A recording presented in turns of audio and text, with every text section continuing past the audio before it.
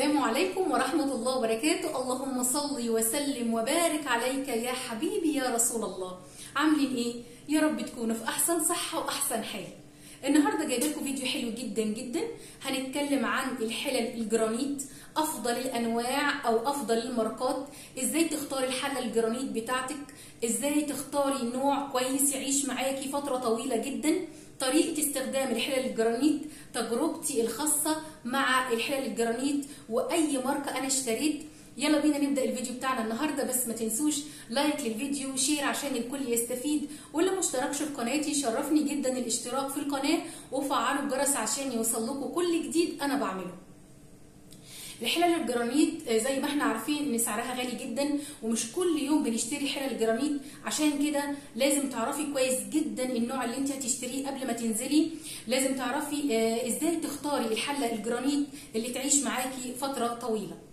تعالوا الاول نتكلم عن افضل الماركات في السوق. زي ما احنا سامعين ان كل الناس بتتكلم عن الحلل الجرانيت الكوري والحلل الجرانيت التركي، ناس كتير قوي بتتكلم عليهم، ورغم ده برضو في ناس تانية بتطلع تقول انها بتتجرح وانها مش كويسة. طيب ازاي نختار الحلة الجرانيت؟ قبل ما اقول لكم الماركة اللي انا اشتريتها ايه، هقول لكم الاول ازاي تختاروا الحلة الجرانيت، لان ده اهم من نوع الماركة. اول حاجه لازم نختار الحله الجرانيت بتاعتنا تكون تقيله مش خفيفه، لان كل ما تكون الحله تقيله كل ما تكون واخده طبق الجرانيت اقوى، فدي او اعلى.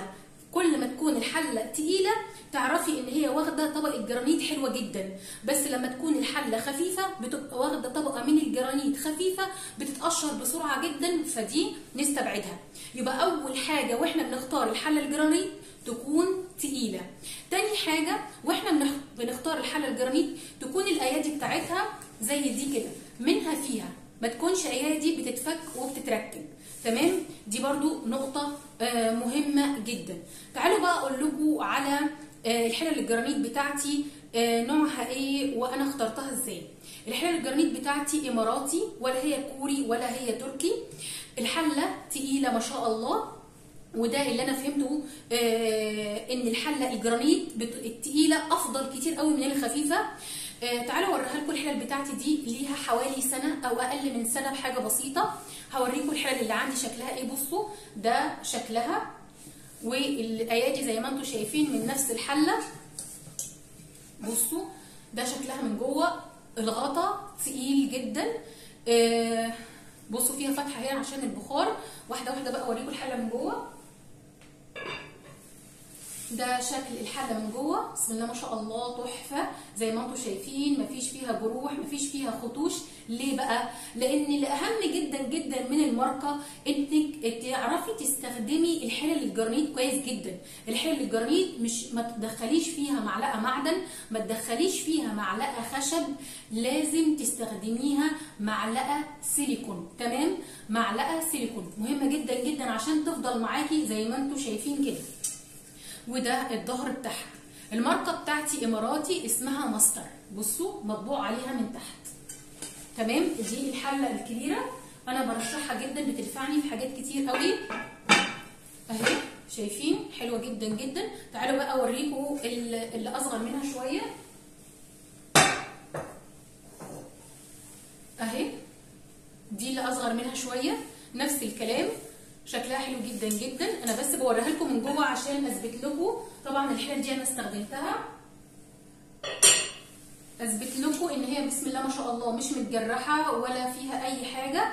وده عشان الاستعمال يا جماعه، الاستعمال مهم جدا جدا. لو جبتي اغلى ماركه موجوده وابتديتي ان انت تستعمليها غلط وتدخلي فيها معلقه خشب او معلقه معدن، ابتديتي ان انت حتى تغسليها بالليفه العاديه بتاعه المواعين هتتجرح. تمام، دي معلومه مهمه جدا جدا. الاستعمال اهم شيء. زي ما انتم شايفين الحله بتاعتي تحفه تقيله، الايادي منها فيها جميله جدا جدا زي ما انتم شايفين كده. اوريكم الحله الثالثه.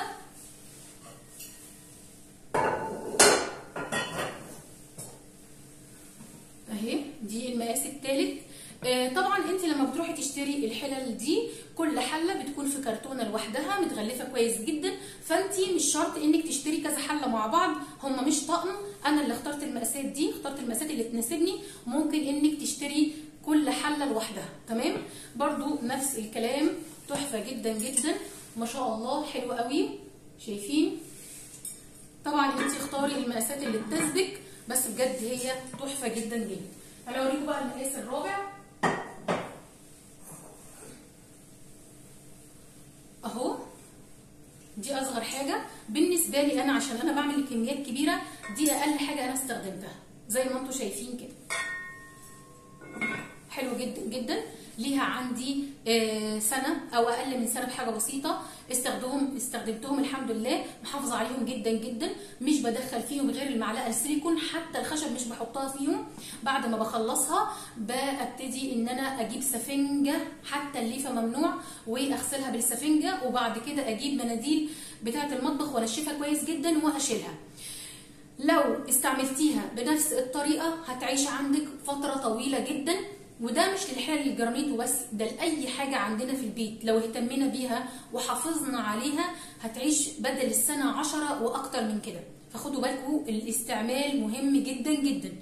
يبقى احنا لما نشتري حله جرانيت ايا كان ماركتها ايه، تكون الحله تقيله، تكون الايادي منها فيها زي ما انتم شايفين كده، الاستعمال ثم الاستعمال ثم الاستعمال، عشان الحله بتاعتنا تعيش اطول فتره ممكنه.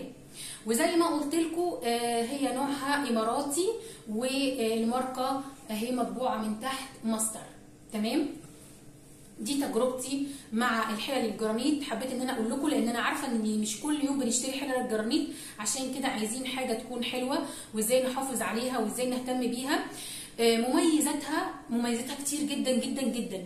مفيش اي حاجه فيها بتتحرق، بتوزع الحراره كويس قوي.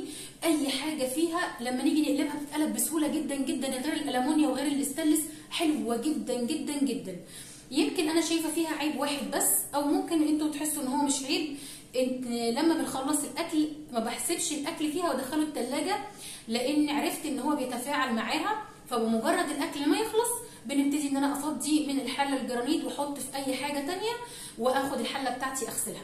لكن هي مميزاتها كتير جدا جدا، حاجه تانية خالص، ممتازه جدا جدا. صراحه مفيش مطبخ يستغنى عنها ابدا. ده كان الفيديو بتاعي النهارده، كل اللي انا اعرفه عن الحلل الجرانيت. يا رب تكونوا استفدتوا منه، ودي اهم حاجه عندي.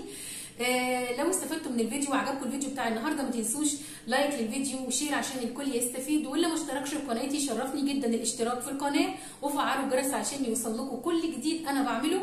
بحبكم في الله. السلام عليكم ورحمه الله وبركاته.